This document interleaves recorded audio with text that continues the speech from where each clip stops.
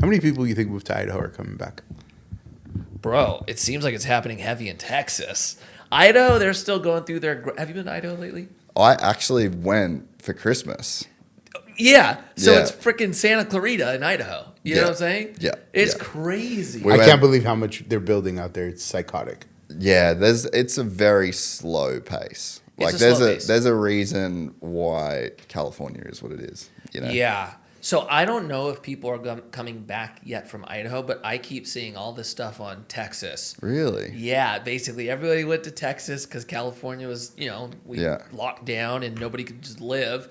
They're open over there. They go there and everybody's psyching. But now I'm seeing all these videos of like hail and their cars getting wrecked. And everyone's like, yo, this is not the same. Well, you come to California because of the weather and opportunity. Yeah. Yeah. It's very hard to change. I guess those the two question things. is California has some things to work on, right? Like you don't, in my perspective, you don't leave California unless either the cost of living has gone out of control, which it has, or the politics. And I guess you could argue that there's crossover on both of those, right? And the fact that California was always like the best state, maybe California, New York, the best state and the dream state for everyone else in the nation to live. Like we were the gold standard. Well, now, people all over the world. Totally. Like, that's right. I don't think I don't think Americans realize you guys have spent the last 200 years selling the American dream. And now people all over the fucking world have they've listened, you know, like you have so many people that want to come here from not just other states in America, but all over the world. And it's because of like you guys marketed it. You know what I mean? So we're selling, right? We're out here selling and every kid in, we'll just take the conversation to the U.S. for now, right? Yeah. Every kid in Iowa and where's Barra from? Nebraska, right? Their dream is to come to California. Yeah. Now, if you say you're from California, you're rolling the dice on the response you're going to get. Yeah. Either some people are going to be like, oh, that's awesome. Or half of them be like, sucker. Right? Like California in a lot of regards has dropped the ball, in my perspective, just on the standard that people don't even believe that it's top 3 anymore. So we got work to do, right? Yeah. My question to you. Being can I call you an outsider of expat? Okay. What is it going to take for California to get back on the map and have everyone wanting to live here like you're seeing in Austin or the Carolinas or any of these booming markets? What's it going to take? I have a general just theory of, as a person that's like lived all over the world. Like I feel like a society is just a chain and you're only as good as your weakest link, you know? And I think that as far as California goes, so like for people that maybe don't know, like I've lived here for the part, like since July last year, I spent most of my 20s here. And then in the other time I've been bouncing all over the world. But I think it's just California is like, it's very visible no matter where you are that the weakest link in society is pretty bad. You know what I mean? Yeah. So I think that if you extrapolate like that theory of a chain's only as good as its weakest link, I just think on display in California, the weakest link is like in your face at all times. So I think that to lift society up or lift California up, you just have to raise the floor. You know what I mean? It's not a matter of lifting the ceiling. It's a matter of raising the floor. So what do you got to do to raise the floor?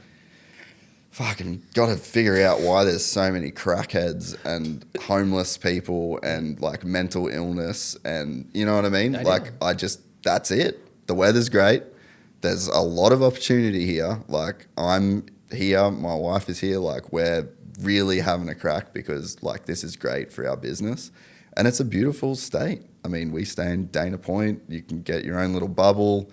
Like it's an amazing place to be. But yeah, I just think it's just very obvious right now that there's like the low end of society is they're out, they're on the streets, they're in nice neighborhoods there. And there's a reason that they're there and they're not in other places, you know? And like we spend a lot of time in Dubai. You don't see that in Dubai. Right. You don't see that the same in Australia. You know, you're never going to fully fix homelessness, but I just don't think countries or other places have like an epidemic of homelessness that we do here, you know? Yeah, that's a good point. So I love that the podcast Gypsy Tales kind of based off your lifestyle, right? You're floating around, you interview people, primarily in the motocross space. Yeah, like motorsport, action sports world, kind of. And I got to do the show with you, which was awesome. Yeah. And we talked a lot about actually non-skateboarding or money. There's a lot of conversation around society. Out of all the places that you've traveled to, what do you think? Who do you think is doing it the best right now? Oh, it's hard, eh? Like everywhere has its problems, you know, and I think that's probably, I wonder whether some of America's problem is how much they focus on their problems as well, in terms of just like rhetoric around it. And it's like, we talk about California. So I lived in California all my 20s, basically, like moved here as a 21-year-old. And then I went back to Australia for 5 years at like 28 or 29. So it's like, I was here a long time, and it's like everyone loved California then and everyone hates it now. And it's like really not that much different. Like it's probably better in a lot of ways. So I think that it's just in vogue at the moment to not like California as well. And it's like very politically motivated. It's very like, there's a real like narrative around it. But I think Dubai does it awesome. But there's one family that runs the, you know, like from the outside looking in, you could look at it as like it's an Arabic country with a dictator. Like that's how it could be perceived. That's not how it feels on the ground. Like everyone's pretty stoked on the dude. Like it kind of everything runs well. There's no crime. Like when people say there's no crime, like there's no crime. Right. You know, I'll be working on my laptop at a cafe, and I'm like, I need to go to the toilet, and you just walk off to the toilet. Like that's a simple thing, but very valuable, you know, in terms of your peace of mind. And like my wife will go running. The difference between her level of wanting to go running in Costa Mesa and just be out on the street versus going running in Dubai, there's like a big difference there. Which is psycho. But that's like really important in a society, you know?